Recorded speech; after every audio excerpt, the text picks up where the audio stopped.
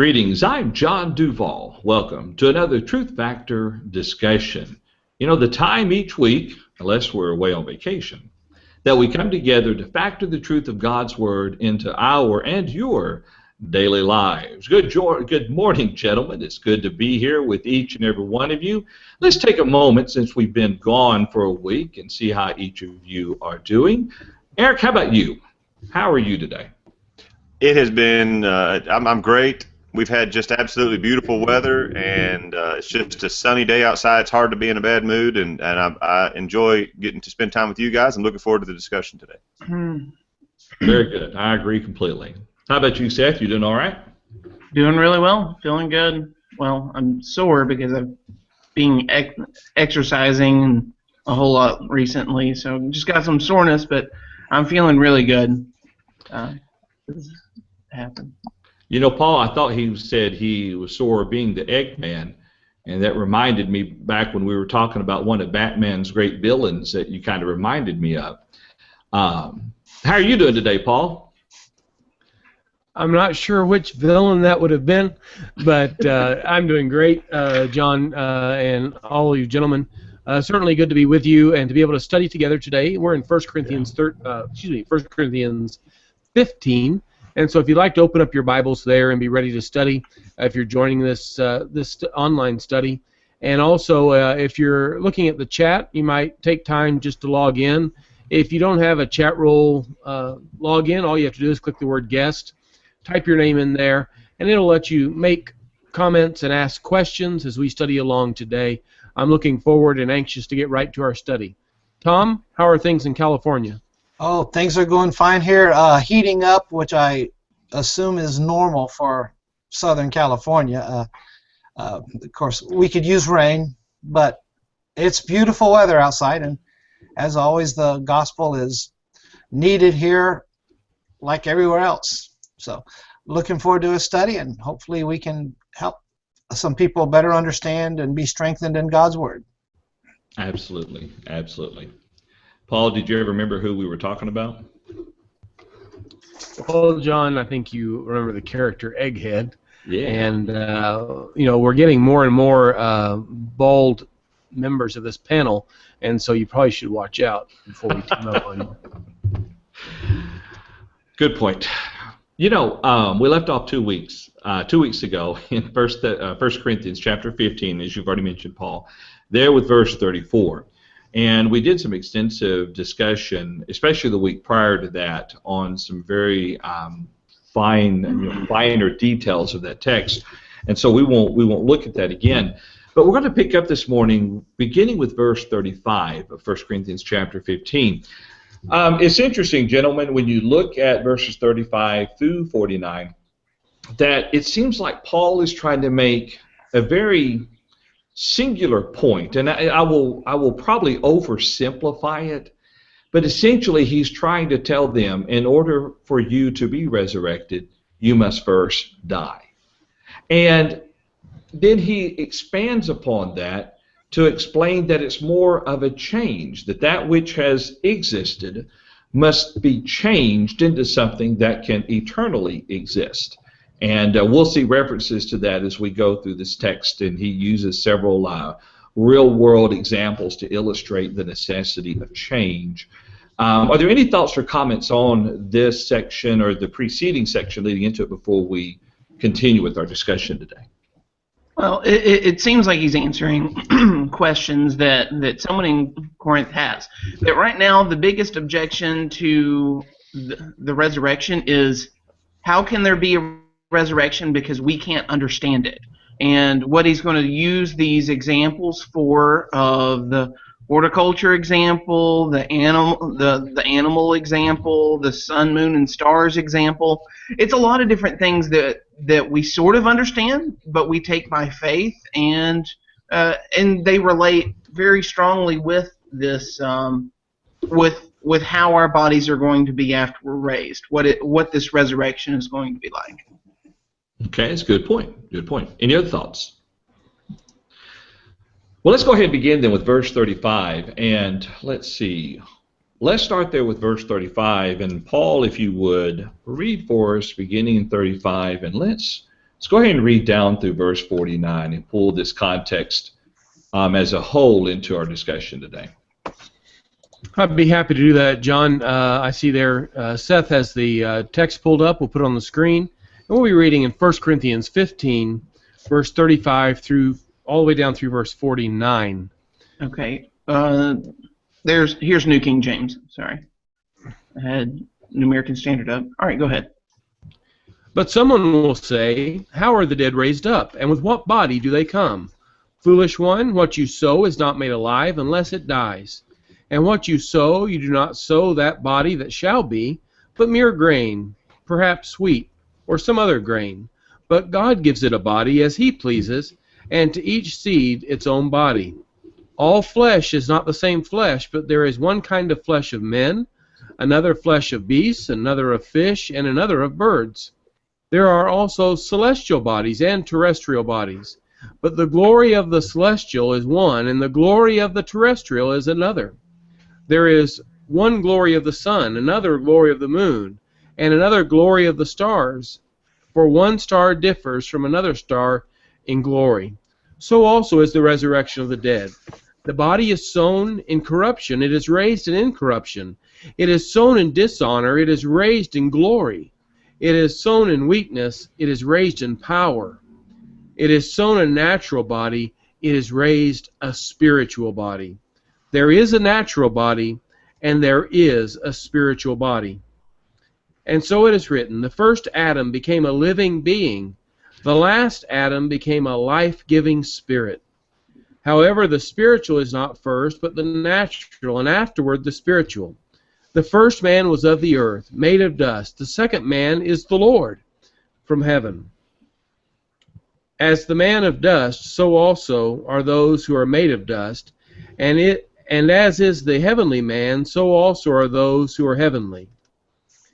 And as we have borne the image of the man of dust, we shall also bear the image of the heavenly man.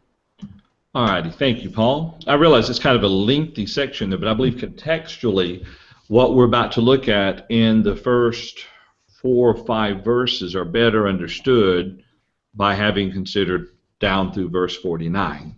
Wouldn't you agree? Yes. Yeah. So let's start there with verse 35. We have a question here that he kind of poses, or more not he is asking, but others might ask, and that was, how are the dead raised up, and with what body do they come? And, you know, those might seem to us to be reasonable questions for or I say for us, for someone who is still learning, is still growing. Maybe they don't know much about the resurrection. If our understanding of the Church at Corinth is even halfway accurate, this congregation was maybe 4 or 5 years old at this point. And without the written word as we have it today for them to study daily, they had to rely upon the teachings of inspired individuals, people who had been taught by inspired teachers. And unless they met more frequently than Sunday and then maybe one other night during the week, kind of like what we do, their learning process, the curve might have been slow. And so you could kind of understand these individuals being brought out, some of them being brought out of idol worshipers, really perplexed about the concept of the resurrection. And so, you know, they're struggling with this maybe. They're listening to some people who are teaching false on it, definitely. And so some of them may have asked, how are the dead raised up? And with what body do they come? Maybe these were the questions that were transcribed in the initial letter that Paul received. But notice in verse 36, his statement is, foolish one, what you sow is not made alive unless you die. All right. Any thoughts about those two questions before we talk about Paul's explanation?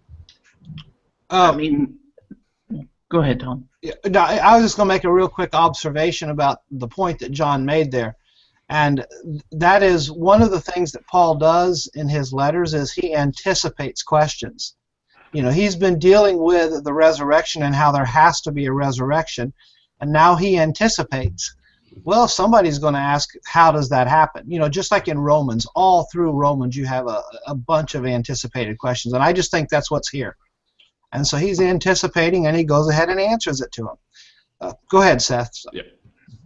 Well, they do seem like reasonable questions, and if Yes. anyone who is watching this at home goes, I don't understand how dead people can be raised. Mhm. I don't know what kind of body I'll have after I'm raised from the dead, what I'm going to look like. That there are aspects of these questions that are still things we don't know the answers to, but Paul's going to give us some explanations to help us to understand. And there's great benefit in looking at these type of analogies that Paul gives us to help us understand more about what we will be like after we're raised and how that process works. It Okay. seems like his comment, "You foolish person," is the way the ESV reads. Sounds a little bit harsh if it was a genuine question, but it seems like these are the same people that he addressed in earlier when he said, "But how can some of you," in verse 12, "say there's no resurrection of the dead?" Apparently, there had been very clear teaching on this. There were those who were denying that teaching. He has already established in the previous context that we've looked at before why there must be a resurrection of the dead. This is a fact that is essential to the gospel's core message. And then he kind of now deals with some objections. And so perhaps he's a little bit frustrated with these people who are allowing their, as Seth said earlier, but they don't understand it, or maybe you said that, John, but somebody said that their objection is because I don't understand how it works, I'm not going to believe it. And that may be why he kind of seems to bristle, I guess, at this proposed question. Right. It could be like if someone refuses to believe in creation and then asks you, well, how did God do it? Tell me how God could just speak everything into existence. Well, I don't know how, but we do know what the scriptures have to tell us about it. And this, to me, is a similar type of a situation. Okay. But Paul, let me kind of ask you this, going off of what Eric and Seth just said. We don't know the exact details of Paul's lessons when he preached to both the church in Thessalonica, when he began his teaching in Thessalonica and then later his teaching in Corinth. Much like when Philip was teaching the Ethiopian eunuch, we don't know details what he had said specifically. We just know the general preached unto him Jesus. But Paul, would we have to conclude that any teaching that leads to salvation would include teaching on the resurrection? Absolutely, both in the resurrection of Jesus as the first fruits that we've already looked at, as well as the fact that we will also be raised. Here we see that Paul, in discussing this and teaching here, has been really clear in that he's dealing with a problem that there are some who say that there is no resurrection, and he talks about the consequences of if there's no resurrection. And so I think the question that he asks there in verse 35, how are the dead raised up, and with what body will they come? That might be the question that those who are denying the resurrection might ask. Well, how is this possible? How can someone who's dead be raised up? How can a body that's been in the grave and began to decompose, and maybe over a long time totally decompose, how could one be raised up from that condition? And here Paul, I think in calling them foolish ones, that's what he's talking about, is those who would be rejecting the fact of the resurrection. But I agree with you, John. Any teaching that we have has to be pointing people towards something beyond this life, and the fact that we have an existence once we pass from this life, and that we need to prepare for that. Yeah. And if you remember, when Paul was only in Thessalonica for 3 Sabbaths, so at most just shy of 5 weeks, but one of the most important things for them that they still had questions about, that they were so interested in, is the second coming of Christ. How quickly do we start talking about the second coming of Christ with new converts? How quickly do we open up the book of Revelation and talk, or even this chapter, and start discussing about Jesus' return, about what the afterlife is going to be like, and those type topics with people when they're very, very new Christians. It's so critical to do so. Okay, Tom, that's true. Yeah, and I was just going to say he's about to go into this text where he starts talking about the seed, just kind of leading on with this, and it's kind of interesting when you look at a seed. The seed doesn't look anything like the plant that it produces, and obviously, in order for that plant to be produced, first of all, the seed has to virtually, if not completely, disintegrate. And I've often made the observation about the power that is in a seed is science has learned so much about what different things are made of that they could take a seed and they could analyze it. They could take its, I guess you say DNA or whatever, all the different components that it's made of, and they could replicate, even with the exact percentages, all of those elements, and they could make a seed that looks like a seed, that has all the same components of a seed, but it lacks one thing, and that is the spark of life. That's true.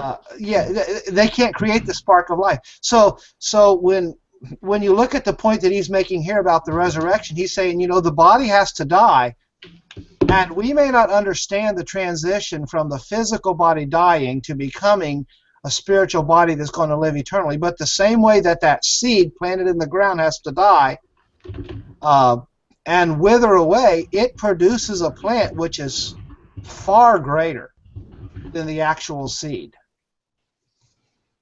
Okay, all right. I think that's a very good point, and something we'll talk about a little more as we get, farther into this aspect of it.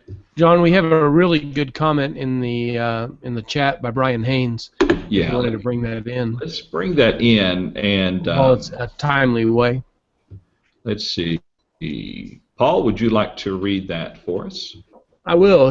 Brian mentions that the resurrection is included in 6 fundamental principles of Christianity in Hebrews 6, 1 and 2. Therefore, it must have been previously taught as part of the basics. And he quotes there Hebrews 6, 1 and 2. Therefore, leaving the discussion of the elementary principles of Christ, let us go on to perfection, not laying again the foundation of repentance from dead works, and of faith toward God, a doctrine of baptisms, of laying on of hands, of resurrection of the dead, and of eternal judgment. Okay, I think it's a very good comment. And everything that everybody has said has been, I think, right on target. I want to suggest that they were facing get my wording right, a fundamental stumbling block. And we see this fundamental stumbling block, and Seth brought this part up a little bit earlier, in Paul's letter to the Thessalonians. Their concern was regarding those who had already died. And Paul, your comments earlier put us into this direction. I think that they had a hard time getting past death. In their mindset, whatever hope you had, once your body went down to the ground and began to deteriorate, you lost all hope because death became that obstacle. And as was already mentioned a while ago, what we're about to get into is Paul explains that you have to die. There has to be that death in order for the hope to be realized. All right, any thoughts, any comments? You mentioned earlier, John, we don't know exactly what Paul preached, but it is interesting that as he begins this chapter, he reminds them of the gospel that he had preached.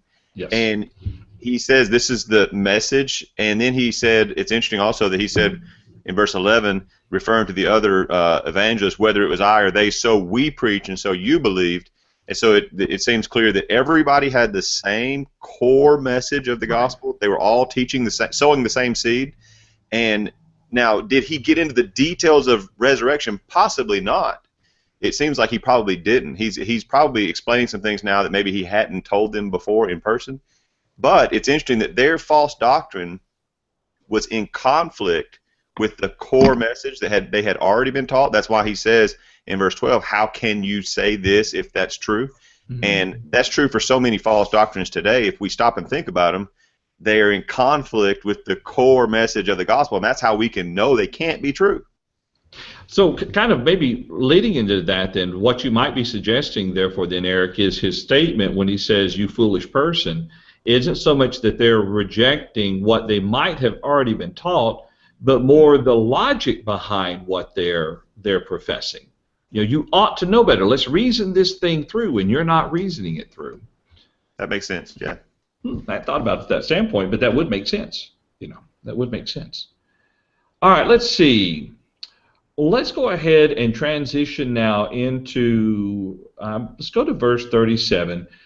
I want to offer a bit of a contrast here between the New King James and the English Standard Version. So, Seth, if you can, bring up there chapter 15, and let's read. Let's start reading in verse 37, and let's read down through verse 39 from the English Standard Version. And if you don't mind doing double duty, I'll have you to read that as you display it. Okay. All right. Here is English Standard Version of verse 37. Oh. Make that big where people can see it. Verse 37. And what you sow is not the body that is to be, but a bare kernel, perhaps of wheat or of some other grain. But God gives it a body as He has chosen, and to each kind of seed its own body. Now, New American Standard, and that which you sow, you do not sow the body which is to be, but a bare grain, perhaps of wheat or of something else. Read verse 39 of the ESV real quick. Oh, 39 of the ESV. Yeah. I'm sorry. For not all flesh is the same, but there's one kind for human, another for animal, another for birds, and another for fish. Okay, I think the contrast I'm remembering is going to be farther down. All right, one more time. Jump down to verse 42. I started this too soon, but let me go and finish the thought. Let's read verses 42 through just 42 alone will be fine. All right, verse 42. So it was with the resurrection of the dead. What is sown is perishable, but what is raised is imperishable. Okay, thank you. Now, where I'm going at with what I was looking at with this is the fact that, and the readings are very similar, but the ESV tends to really bring out the comparison of, you know, like was mentioned, the kernel, the human body, that truly which is physical, illustrating that in these instances there has got to be the complete doing away of one. But what is interesting, though, is that God assigns the body to each one. I mean, we're looking at the whole context here. You've got the grain, you have the corn, you have the seed, the kernel, you've got the fish, you've got the animals, you've got humans, you've got things that are celestial, things that are terrestrial, you've got the stars up in the sky and the planets up there, and you have our earth and the rocks and everything such as that. But the point is that they all are given a physical body. They all have to come to an end. For the kernel, it must come to an end in order for it to bring something better. But all bodies must come to an end. And while the bodies may have their own glory, verse 41 kind of talks about that, all bodies must come to an end. And verse 42, so also is a resurrection of the dead leading into something better. Go ahead, yeah. I think a major portion of this is when you look at a body that's decomposed, it's not pretty.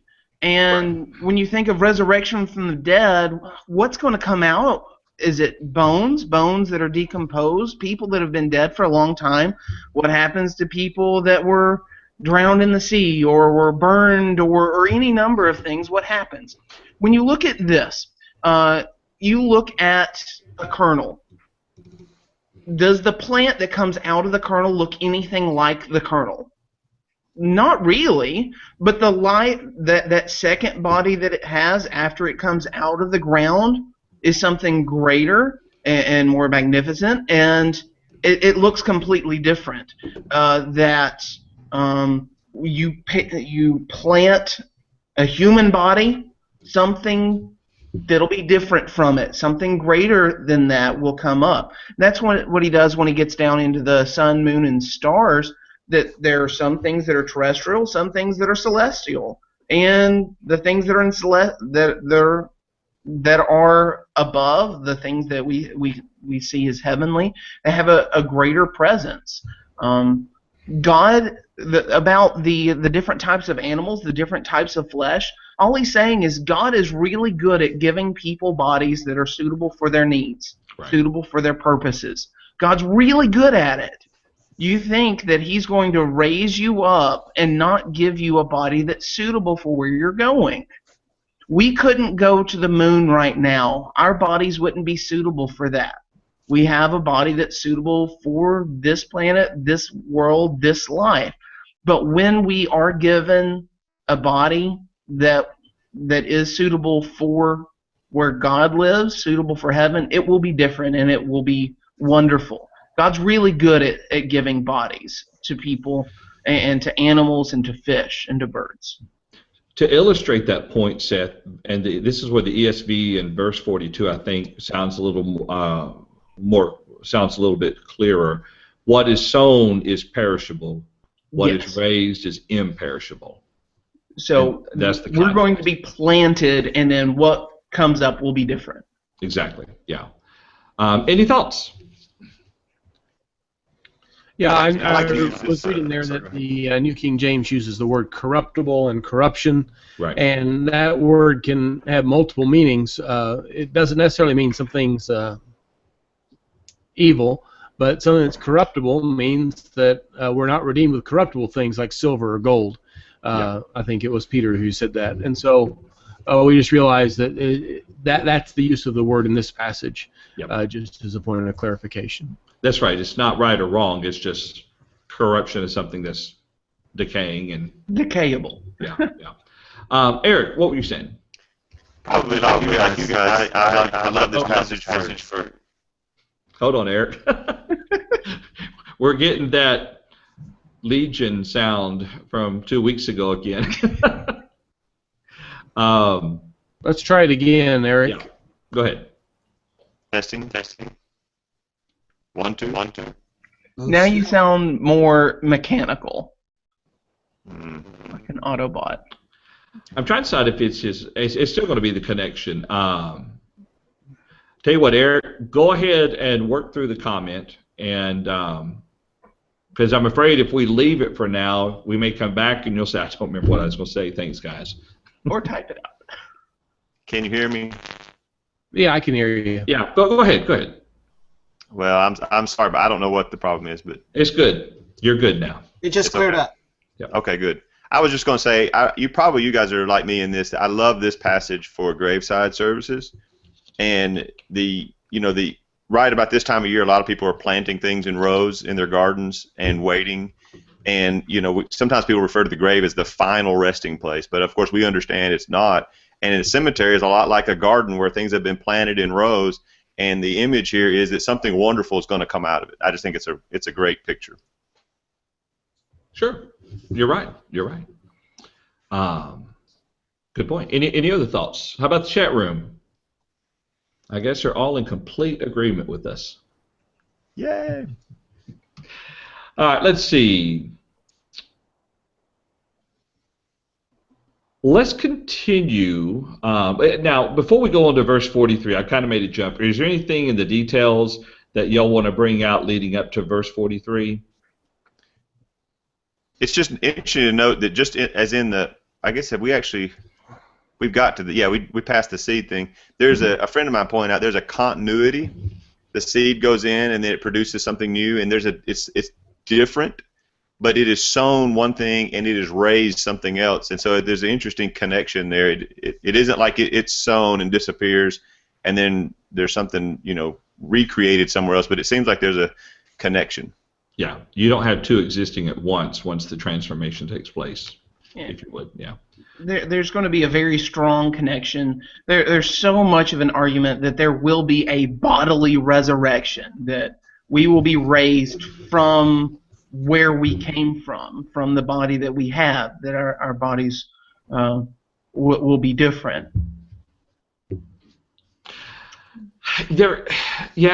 there are brethren who are very, very tight on that subject. I mean, if you even remotely suggest that the focus here is that we're not going to be left behind if we die first, and even suggest that the whole concept of the body coming back up is more figurative, illustrating our return from Hades, you've just denied Christ because you've denied the bodily resurrection.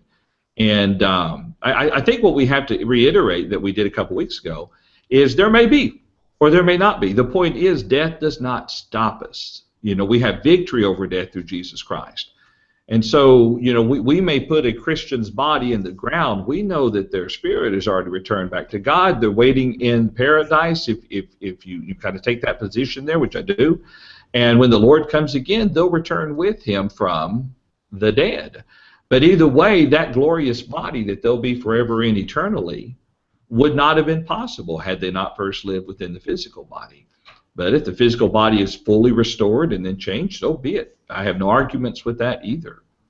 You know, that's. But you're right though. There's a lot of differences and discussions on that. And I understand why. Let's look at verse 44. I said I understand why. This may have been a good. I think you're setting up a good segue to go on there. Verse 43. He says, "It is sown in dishonor. It is raised in glory. It is sown in weakness. It is raised in power. It is sown a natural body. It is raised a spiritual body." There's a natural body and there is a spiritual body. Now, here's my question, especially when you look at verse 44. Are we not already in possession of a spiritual body?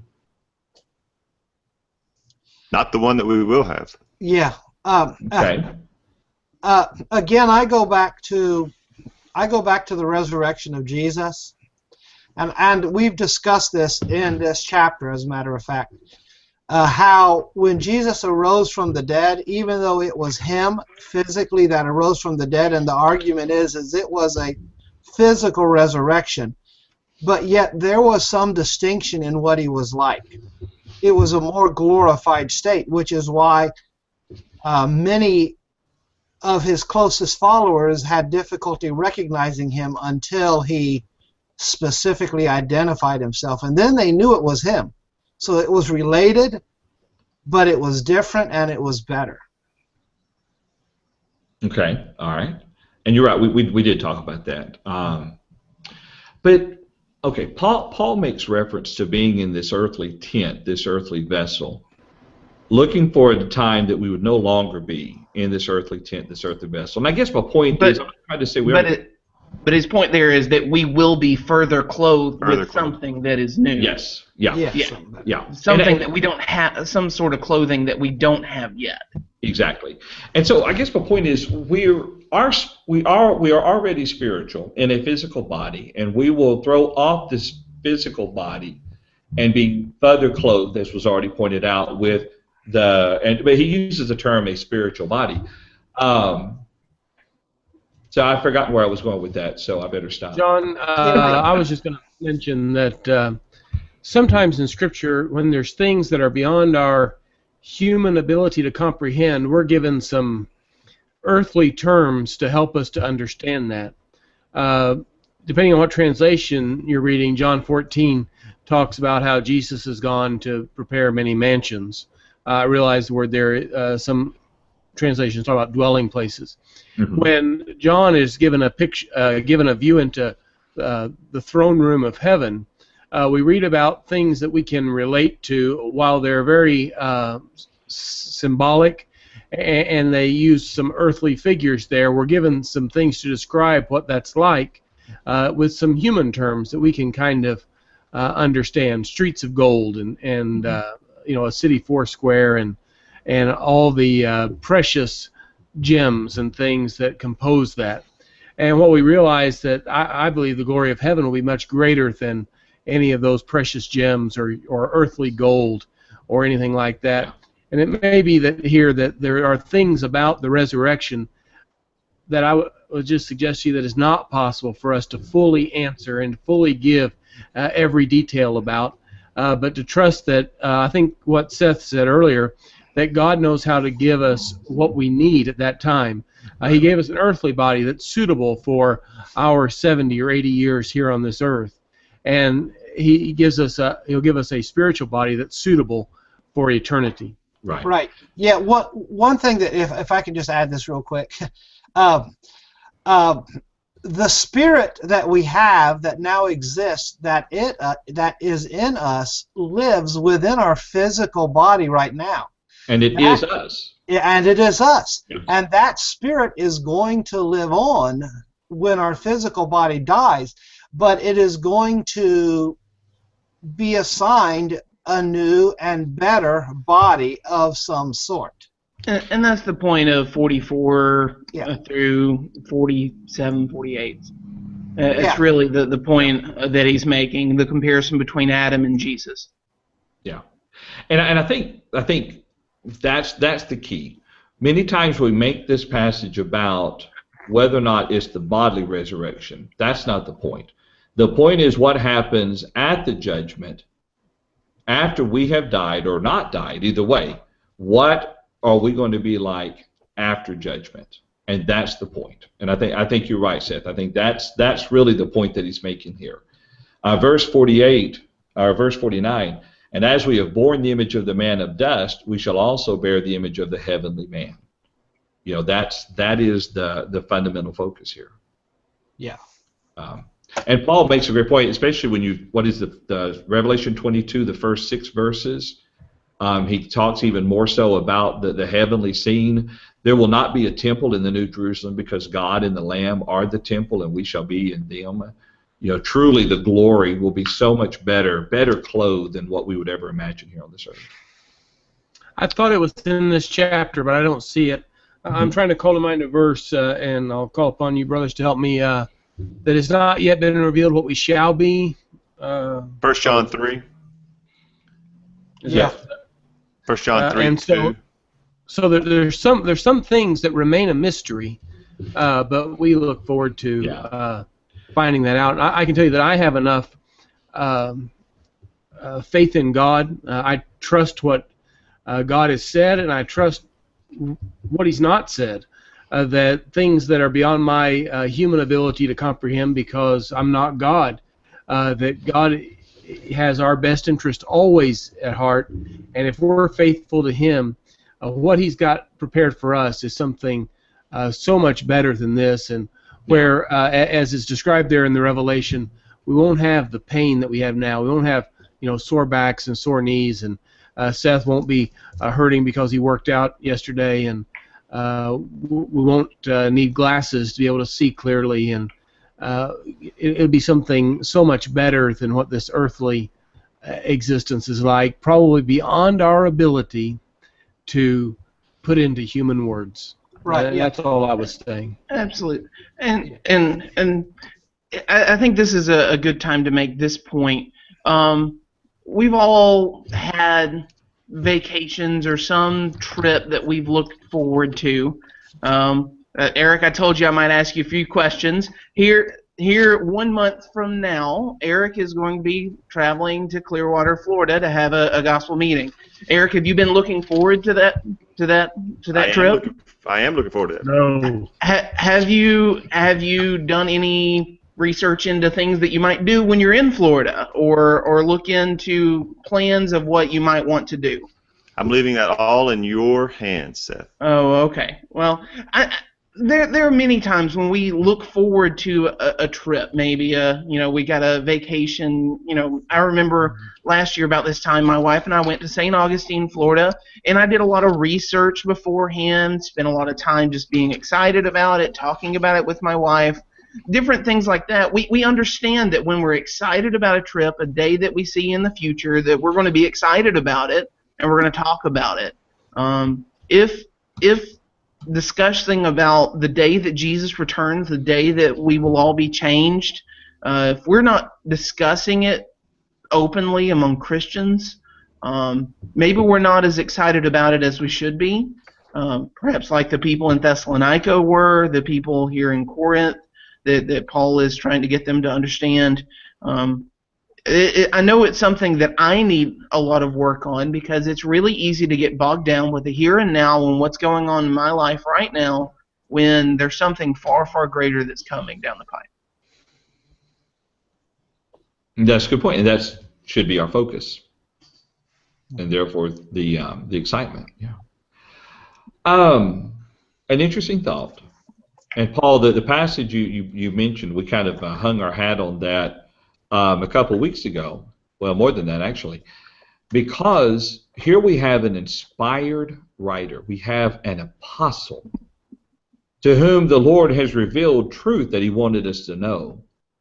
If he says that we don't know what we will be like, but we'll be like Christ, then that should solve the whole mystery for us. And just kind of a further thought, although the connection may be extremely weak, but in Revelation chapter 10, in the various visions, John saw something that the Lord told him not to write down. There in chapter 10, right around verses 6 and 7, the Lord tells him, seal up what the seven thunders have said and do not write it down. And even Paul, when he was, or whoever was called up to the third heaven, saw things that were unspeakable or unlawful to speak or something like that, you know. So we really have to be willing to say we don't care about whether or not it'll be a bodily resurrection or not. We know what comes after death, and that's what we're looking forward to. Does that make sense? Yes. Go ahead. Well, I was with you, Tease, to the last. You can probably tell that I'm passionate about this bodily resurrection thing. I'm not going to argue with you about it. But to go back to what you were saying about God saving something better, that fits with what we see about God throughout the Bible, which is really interesting because we can probably relate to it as parents.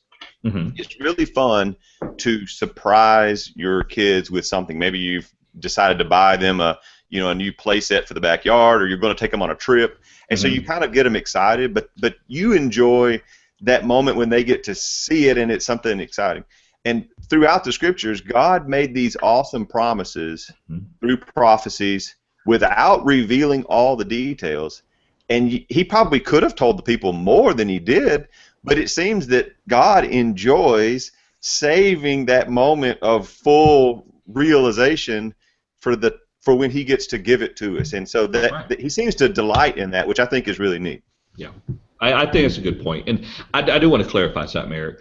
I'm not advocating that there will not be a bodily resurrection. Right, I understand. I don't know.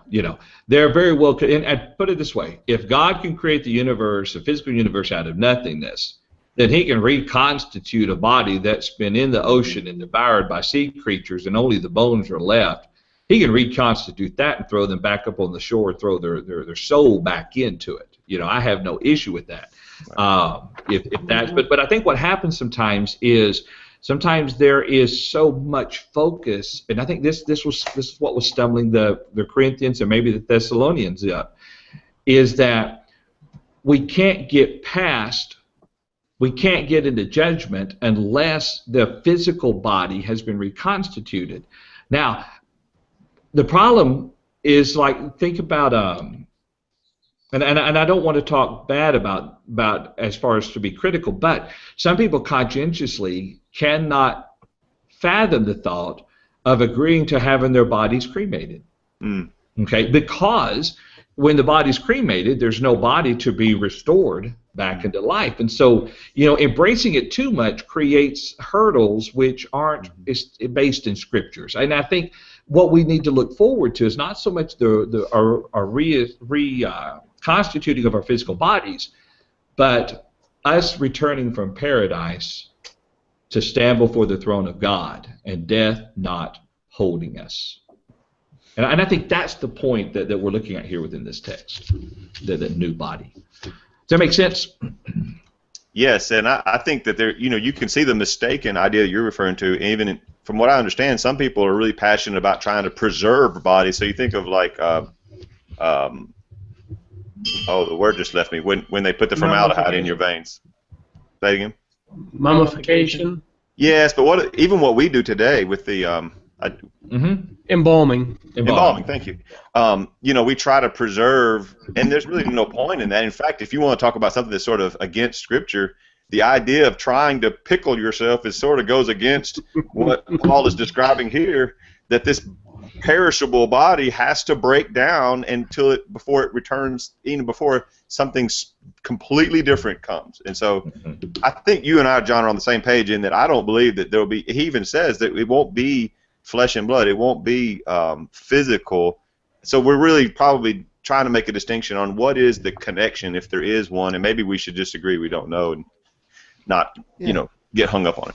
And even to the point that some have frozen their bodies, or some famous cases of that, or just had their head frozen to try to preserve this life. And I kind of get what you're saying there, Eric. I'm sorry, Tom. I stepped on your words. I'll hand over to you. Yeah, that's fine. I was just going to say that goes back to what we said a few moments ago about when Jesus arose, he was different. It was a different body. It was associated with him, but it was different. Okay, all right. And that's true. That's true. We kind of looked at that a couple of weeks ago in the purpose behind it, of course. But yeah. Any other thoughts or comments on this? You mentioned cremation. Mm-hmm. It's interesting that Abraham says in Genesis 18:27, "Behold, I have undertaken to speak to the Lord, I who am but dust and ashes." And when you think about a fire, what it really does is it's a rapid oxidation. It just breaks things down. Mm-hmm. And so I think we would all agree that whether you slowly turn into ashes, even if you try to slow that process down, it's going to happen. Whatever chemicals you put into the body, it's going to return to ash. Or whether you do it really fast in a matter of just a few minutes, the body's breaking down into the basic elements. That's my opinion. Yeah, right. And you've also got the theological thoughts on that, which is if cremation causes your body to be destroyed, then what is going to be resurrected? As in that seems like a convenient way out of accountability. If your body disappears, and that means there is no, so it doesn't go along with the Bible, and it doesn't matter. And if this whole world is destroyed with a great heat, everybody's going to be cremated whether they like it or not. So. Yeah, exactly. So, yeah. Yeah. Well, there's some folks that I respect quite a lot who have some problems with cremation, and I'd say if you do, then make Don't your do wishes. Yeah, make your wishes very clear. Yeah. I appreciate things that have been said in this study, and I think I'd be in agreement with those. But it is a point that is this study is called the truth factor discussion. And we want to factor the truth into our daily lives, even into our death.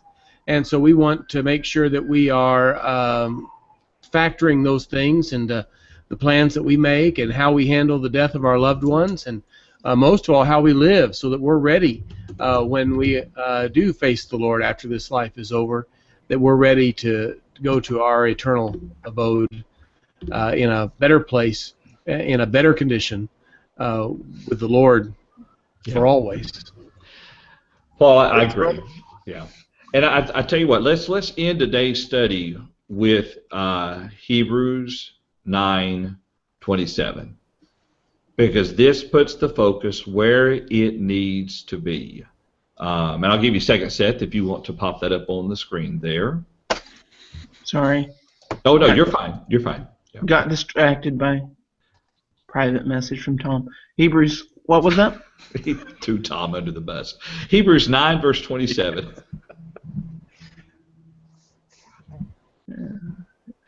It's comical ways. All right, here it is quite simply. And as it is appointed for men to die once, but after this the judgment. That's the point. We have to die in order for there to be a resurrection, in order for us to be judged by God. It must take place. The Hebrew writer paints in the big picture. Here it is. We have to die. He doesn't get into the specifics, the order, any of that, but just here's what you really need to know. and that is that after you die, there's a judgment. Exactly. Right. And I think that's the point, Paul, of verses 39 through 49, or 35 through 49. Paul is explaining why we have to die. Yeah. And not to fear it, essentially. And he'll really get into that when we hit the latter part of this chapter, why we shouldn't fear death. So, okay. Any other thoughts or comments? Okay. And like I said, I don't want anyone to walk away thinking that any of us are denying the possibility of a bodily resurrection. Oh, no. That's not whatsoever. It's just we're trying to take the focus and put it not on whether or not our body is resurrected in form, but the fact that we are resurrected and given a new body to spend eternity with God in heaven. That's the focus there. Okay, let's start with you. Any other final thoughts or comments? And let's make the you, Tom. No, I think it's all been covered. Actually, in this study, I've thought of some things that I had not thought of before. So I mean, I appreciate the study and appreciate the comments made by everybody in the audience, and looking forward to our continued study on the resurrection. Hopefully, we'll finish this up next week. I think we should be able to, but we've said that before. Exactly. Seth, any thoughts or comments? There's a great reason to read through this chapter and meditate on it, and to get together with brethren and think about what it's going to be like, even though we don't know all of the details, all of the answers. Contemplating, throwing scriptures back and forth about different clues that we have really helps us think about that trip and that we will experience, that one great day that everyone will see, and be able to look forward to. It helps us get through whatever challenges we're going through right now. It helps us focus less on ourselves and more on God and more on other people. And I greatly appreciate the opportunity to sit down and read through this today with you guys. I appreciate it. And to everyone that's watching, thank you so much for being with us. And if you're watching this on YouTube some later day, again, our names and email addresses are here on the screen. Please contact us. Any questions you have, if there's anything that we've said that you don't perhaps agree with, send us an email. We want to decipher the truth from on these issues. So help us, please. Definitely contact us. Eric, that is, any final thoughts or comments? I've also enjoyed the discussion. I agree with Seth that it's good for us to talk about these things. I'm really excited about it. And when you think about this seed, one last thing, seeds in general are very boring looking things. I was trying to think if I could think of an exception. I can't. I mean, when you think of an apple seed, a pumpkin seed, whatever it is, they're all very dull. But then compare that to the life that comes out of them, the plant with the flower and the fruit, and it's all much better. And so I don't know if Paul intended all of that in this analogy, but certainly he points out later in the context that what's going to come is going to be so much better. And so it's an exciting message. We sometimes wrestle with the details, but the big picture is super exciting. And for those of us who put our faith in Christ, that's what we have to look forward to. That's right. That's a very good way of putting it. And Paul, any final thoughts or comments? I do. You may be watching this live now or at a later date, and you may even just be hearing the audio. And when we talk about the fact that there's going to be a resurrection, that we have to prepare for something after this life is over. That this life is not what it's all about, and so we have to live for God now. Maybe it is that you don't know what you need to do to be ready for that time. And if you contact us, a simple email address is questions@truthfactor.com. We'll make sure the right person gets in contact with you to talk with you about that, because we are all together interested in, first of all, knowing the truth. There's going to be a resurrection. There is life after this life. And let's factor that into our daily lives and the way we live. And so if you need to know more about that, what you need to do so that you can have the hope of eternal life and not a fearful expectation of those things, we really would love to talk with you. Again, whether you're watching this live now or whether you might be watching at some later date, if you just send us an email to questions@truthfactor.com, we'll get with you and we'll open up that discussion by opening up the Word of God and teaching what each person needs to do to obey the gospel. That's right. That's exactly right. As a matter of fact, Paul, let me build upon that. We would encourage you to follow us on Twitter. We are at Truth Factor. We send out notifications like that. I believe I need to double check, Paul. I may not have put a subscription button for the mailing list. I need to check for that. But we do have a mailing list you can subscribe to. We would definitely encourage you to go to youtube.com/truthfactorlive and subscribe to our YouTube channel. That way, if you miss a study, you'll get a notification that either we've gone live or, I think you'll get a notification anyway, that we've uploaded or have established a new video there for you to look at. So definitely do that and contact us if you have any thoughts or questions. Before we close with our normal closing, and let's see, let's go ahead and throw to Seth Daniel's job, and Eric will give you a couple of minutes here, maybe less, to come up with the time zone if you would like. If not, just shake your head no. Anyway, in our study through Revelation on Tuesday morning here, and Paul, you're studying through Revelation currently, aren't you? We are. What is interesting is if you look from, and it's a simple way of looking at it, if you begin in Revelation 4, and you go all the way to chapter 22, verse 6, I believe it is, there's an overall arc from chapter 4 to chapter 22, verse 6, that essentially is showing the Christians why they need to overcome. What is immediately going to happen to the Roman Empire, their fall, and ultimately after judgment, what is going to happen, and in judgment, after judgment, what's going to happen. And then beginning right around verse 6 and 7, he then comes back to the now, and he tells them now, you need to overcome. You need to be faithful. And that's why we need to overcome, because of what the Lord has promised and what is waiting for us on the other side of death. And if you'll factor that into your life as a Christian, it will help you to live a stronger and more faithful life to our Heavenly Father. We hope you can join us again next Wednesday, right here at, I'm about to get it backwards, next Wednesday at 11 o'clock a.m. Central Time. That is noon if you're in the Eastern Time Zone. 9 o'clock Pacific Time. Or 6 a.m. if you happen to be like Daniel, who's not with us today in Hawaii. Or 10 o'clock Mountain Time. Right here at live.truthfactor.com. Have a wonderful week.